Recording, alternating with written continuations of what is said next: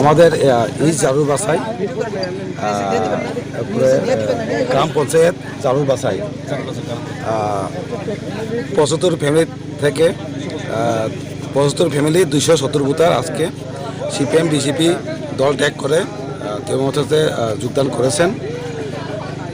ওনাদের একটাই লক্ষ্য, এখন যে সরকার বর্তমান সরকার পাল্টিয়ে দেওয়া, 2018 সালে যে চলো পাল্টে যে স্লোগানকে আবার পাল্টিয়ে দেওয়ার ওনাদের যে লক্ষ্য, এই লক্ষ্য নিয়ে তৃণমূলতে যোগদান করেছে।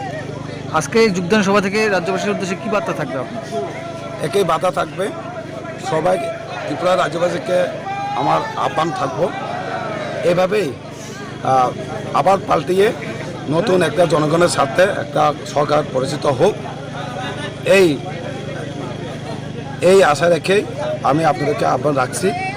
আমাদের ত্রিপুরা প্রার্থীকে বিপুল ভোটে জয়ী করে নতুন সরকার পরিচিত করার একটা সুযোগ দিন, জনগণের স্বার্থে যাতে স্বার্থ বা যা আশা সফল হোক। মানুষের কাছ থেকে কীরকম সাড়া পাচ্ছেন আপনি?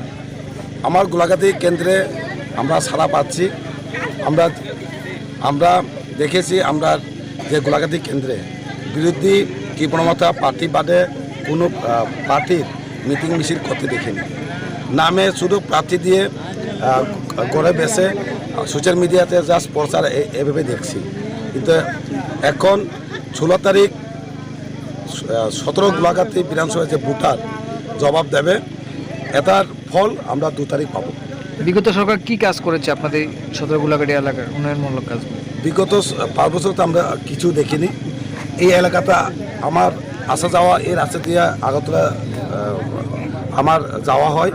আমরা এই এলাকাতে যখন যাই তো আমি ভাবি এই এলাকাতে অনেক পিছিয়ে, কিন্তু অনেক এলাকা দেখলে বোঝা যায় মানে অনেক পিছিয়ে এলাকাটা।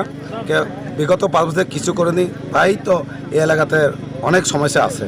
তাই আমরা এই নতুন সরকার আমাদের ত্রিপুরা সরকার পরিচিত হলে এলাকাবাসী যা বঞ্চিত এটা আমরা করে দেব, যাতে বঞ্চিত না হয়।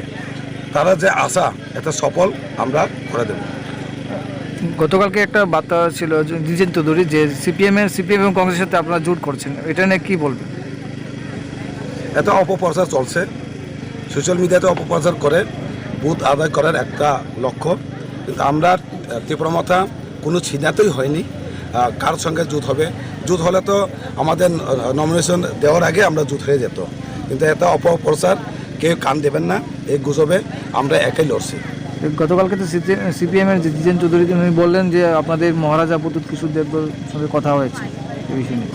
কথা তো আমাদের মহারাষ্ট্র সবার সঙ্গে কথা হয়, আমরা দেখেছি। আমরা ইন্ডিয়া গভর্নমেন্ট দেখে নিয়েছে, ওই সময় তো অপপ্রচার চলছিল বিজেপির সঙ্গে জোট হবে, কিন্তু বাস্তবে হয়নি।